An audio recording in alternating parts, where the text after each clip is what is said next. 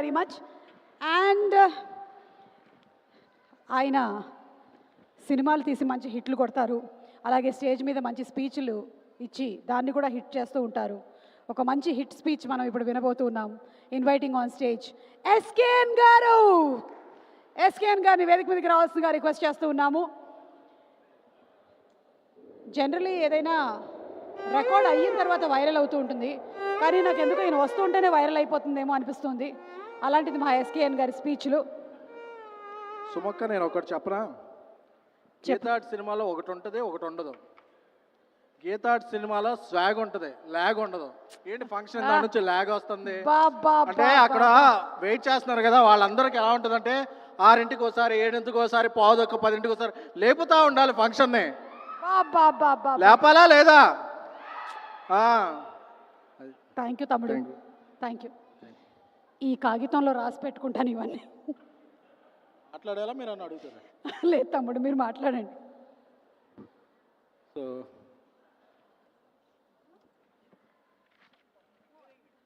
Dinner టైంలో మనం పంచులేస్తే కొడతారు. సో ఎందుకండి ఒక విషయం అడుగుదామని వచ్చాను తమ్ముడు. చెప్పండి. అడగొచ్చా? చెప్పండి. మీ లైఫ్లో తండేలు ఎవరు? నా లైఫ్లోనే కాదు, ఇక్కడ ఉన్న చాలామంది లైఫ్లో, అలాగే మన స్పెషల్ గెస్ట్ సందీప్ రెడ్డి వంగ గారి లైఫ్లో కూడా తండేలు అంటే లీడర్ మెగాస్టార్ చిరంజీవి గారు.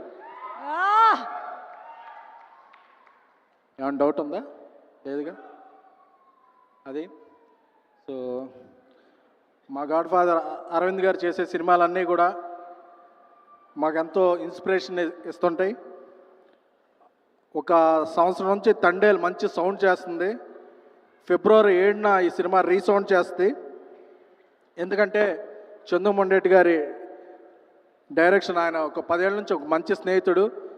ఆయన నెక్స్ట్ తీయబోయే లైన్స్ కూడా నాకు అన్నీ తెలుసు, ఈ సినిమాలో ఉన్న అణువణువు తెలుసు. So I'm very excited.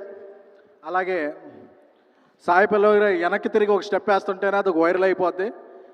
Madam, my huge fan of you. ఎప్పుడంటే మలయాళం ప్రేమల్ షో ప్రసాద్ ఐమాక్స్లో రాత్రి 10ంటికి వేస్తే అప్పటి వరకు టీచర్గా మీరున్నది ఒక టేప్ రికార్డర్ పెట్టి ఒక సాంగ్ వేస్తారు, మొత్తం థియేటర్ షేక్ అయిపోతుంది. ఆ సినిమాకి సబ్ టైటిల్స్ కూడా లేవు, బట్ మీ ఎక్స్ప్రెషన్ అది చూస్తే మా ఇది. అలాగే మా దేవిశ్రీ ప్రసాద్ గారు ఈ రెండులో ఒక జాతర చేశారు, పాన్ ఇండియా షేక్ అయిపోయింది. పాన్ ఇండియా కాదు, పాన్ వరల్డ్ షేక్ అయిపోయింది. అలాగే 2025లో ఇప్పుడు జాతర చేయబోతున్నారు. సో మా స్నేహితుడు బన్నీవాస్ ఒక మంచి అభిరుచి గల నిర్మాతని నేను స్టేజ్ ఎక్కే ముందు చెప్పన్నాడు, చెప్పబోతే కిందకి వెళ్ళా కొడతాడు. కాబట్టి ఆ వాసు చాలా అభిరుచి ఉన్న నిర్మాత. సో వాసు తీసే సినిమా మంచి హిట్ అవ్వాలి.